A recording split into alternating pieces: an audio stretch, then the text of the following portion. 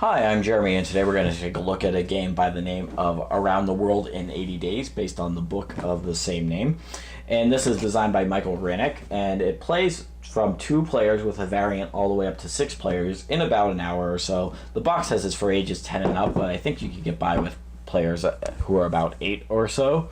And this is like the book that's based on a race game that is casting players as a number of London, gentlemen who are in a race to circumnavigate the globe. And players are going to be following a fixed path over the course of the game board until they get back to London. At that point, you'll determine who's the winner based on either who has taken the fewest number of days to get there or the fewest number of turns to get there. It's a really interesting game that serves well as an introduction to strategy games, but let me take a minute to show you how it plays, and then I'll come back and give you more detailed thoughts on it.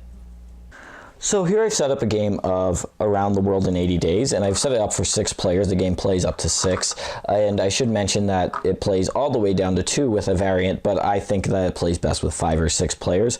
And the game is essentially like the novel that it's based on, a race game where players are going to start in London, move around the world on a prescribed track, and then try to be either the first person to London or the player who has taken the least amount of time to get to London. The game, you'll notice, has this time track around it, and that's going to determine, or it's going to track how much time that players spend moving from space to space. You'll notice that there are costs associated with moving from space to space. So for example, to move from London to Paris, you need to travel by train and travel by boat, and those cards are going to have on them time on them. So for example, if we use these 2 cards to travel by train and boat from London to Paris, it would take us 3 plus 6 days or 9 days. And you would move your marker along the track here.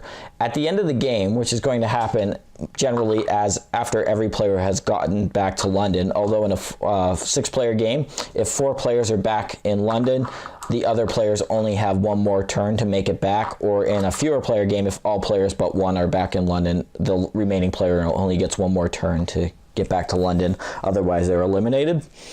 So the way that'll work is once all players are back in London or eliminated from the game, you're going to look at 2 things.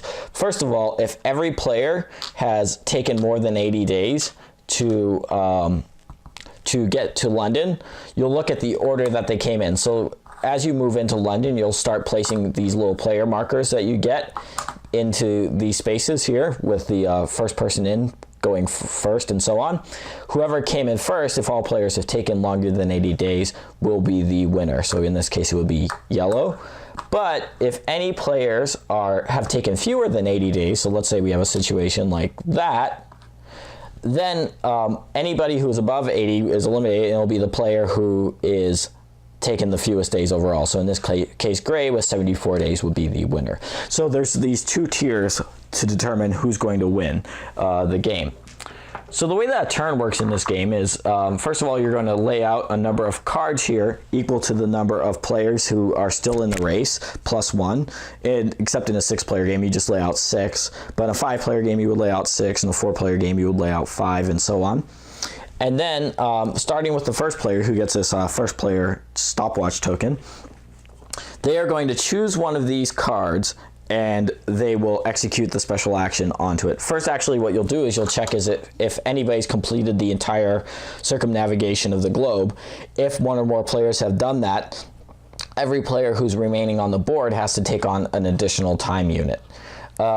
If that's not the case, that doesn't apply, but then you'll like I said, each player is going to then look at these options here combined with the cards that they have in their hand. So you start with 3 cards in your hand, and these are going to be, like I said, either ship cards or train cards that you'll need to pay to move from space to space. And then you will choose one and execute the action associated with it. For example, this player here, they have ship cards, but they don't have train cards, so they might choose to take this train card here, and then they have this action here, which allows them to draw one of these event cards, which are this deck here. And these are generally going to be orange background and give you a special benefit, and you'll just read that and take that if it's appropriate, or if you want to, you could hold those as long as you want. There's no hand limit on those, but there is a hand limit of 6 on your travel cards. Except in the case if you draw one of these blue ones, whenever one of those comes up, all players have to discard all of the orange background cards that they have in their hand, and all players will also take a time penalty. So there's a incentive not to hoard those cards. So this player, like I said, they got that card, or they got that card for their bonus action, they got this card, and now they have the option to move. So let's say this player wants to move, they would play these two cards here, so 3 plus 6 is 9, and they would move their pawn, so this is green player, they would move their pawn to Paris, and they would get, that would cost them 9, so they would move their pawn up to 9.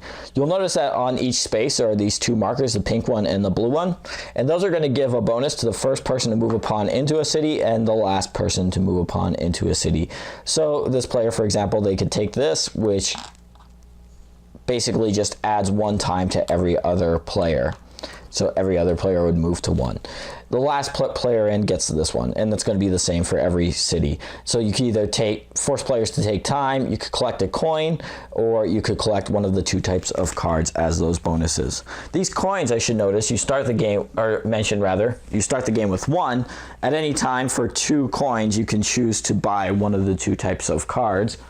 Or if ever you have to roll the die, which will happen generally as you get these event cards, or as you do this balloon action, which I'll explain in a moment.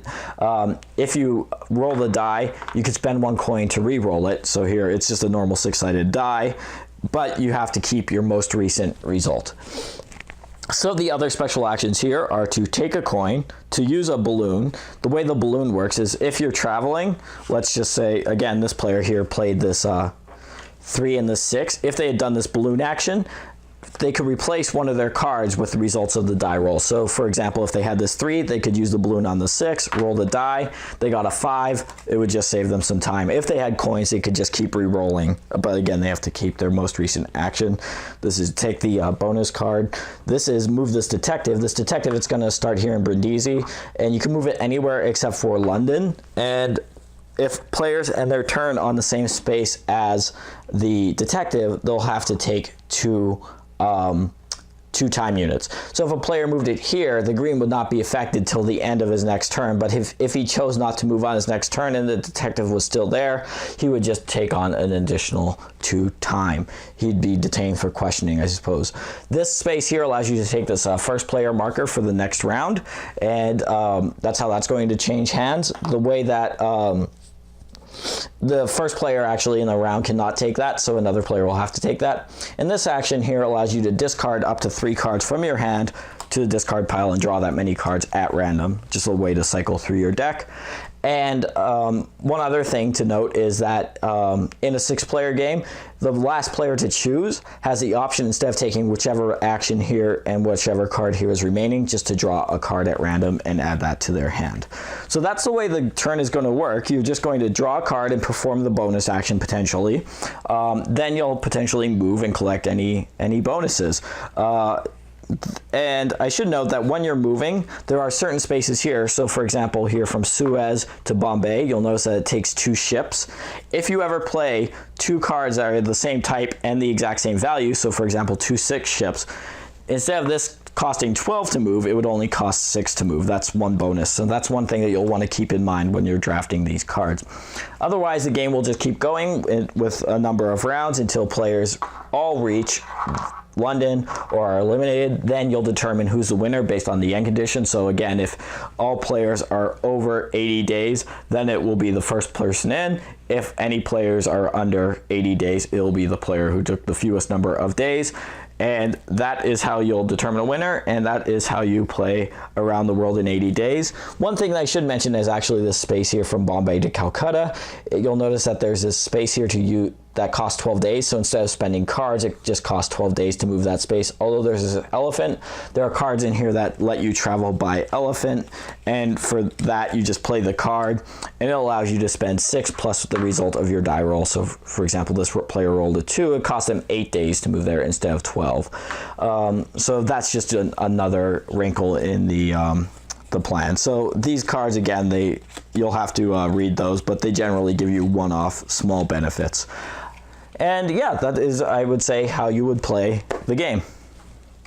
All right, so that's Around the World in 80 Days, and I have to preface my comments here by saying that I think that's a real shame that this game is not more widely available in print, at least now in 2016. Hopefully it does come back into print, although of course you could always track down a used copy. And the reason why I say that is because that this is a really perfect introductory or gateway game for players who are looking to get into strategy games, because although it's a race game, which generally those are pretty mindless affairs, this is a game that really requires planning from almost the very first turn.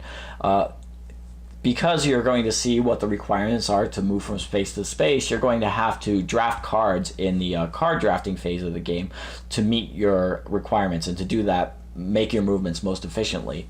The game requires you to plan ahead, and I think that that's really refreshing, but at the same time, it requires you to sometimes move ahead haphazardly. If a player places a detective onto your space, it might be better to just make a suboptimal move so you could get away from that detective.